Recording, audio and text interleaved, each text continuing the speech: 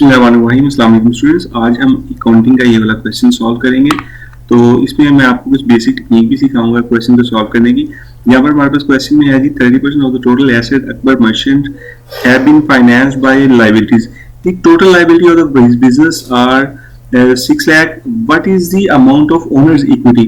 तो हमने ओनर की इक्विटी फाइंड करनी है। यहाँ पर हमारे पास टोटल लायबिलिटी की वैल्यू दी गई है और एसेट के बारे में हमें कहा गया है कि एसेट जो है जो लायबिलिटी है वो 30% है एसेट का।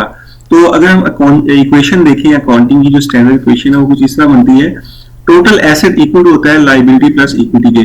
तो हमने इक्विटी फाइंड करनी है। इक्विटी कैसे फाइंड करेंगे, हम टोटल एसेट में से हम लायबिलिटी को माइनस करें तो हमारे पास इक्विटी आ जाती है। इस इक्वेशन में हम वैल्यूज को पुट करेंगे तो हमारे पास इक्विटी आ जाएगी। लेकिन यहाँ पर प्रॉब्लम यह है कि हमारे पास लायबिलिटी की वैल्यू डायरेक्टली दी गई है, टोटल एसेट की वैल्यू नहीं दी गई।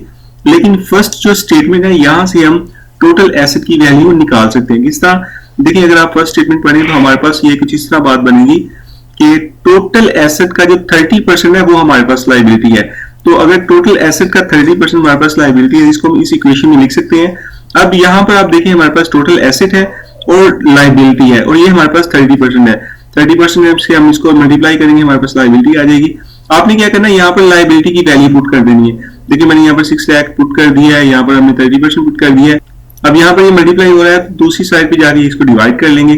जब हम इसको डिवाइड करेंगे तो हमारे पास टोटल एसेट की वैल्यू निकल आएगी जो कि यहाँ पर है 20 लाख। तो ये ट्रिकी पार्ट है हमारे इस क्वेश्चन का। क्वेश्चन की फर्स्ट स्टेटमेंट में हमारे पास टोटल एसेट की वैल्यू छुपी हुई है। इसको फाइंड अगर आप कर लें तो ये क्वेश्चन आपके लिए बहुत ज्यादा इजी होगा।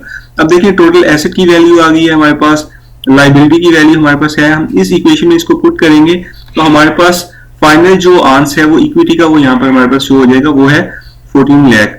तो अब यहाँ पर एक चीज और मैं आपके साथ शेयर कर दूं, इक्विटी को हम नेट एसेट भी कहते हैं। अगर आपके पास कुछ इस तरह इक्वेशन हम लिख लें, टोटल एसेट में से लायबिलिटी को माइनस कर दें, इसको हम नेट एसेट भी कहते हैं।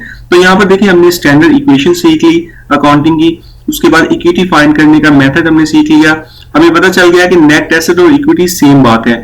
इसके साथ साथ हमें यह भी पता चल गया कि जब हम लायबिलिटी को कैलकुलेट करते हैं, अगर ट्रिकी वे में हमसे पूछा जाए तो उसको किस मेथड से हम कैलकुलेट कर सकते हैं। तो मैं उम्मीद करता हूँ ये वीडियो आपके लिए हेल्पफुल रही होगी। ऐसी मुझे वीडियो से अपडेट रहने के लिए अभी हमारे YouTube चैनल को सब्सक्राइब कर लें। Thanks for watching this video.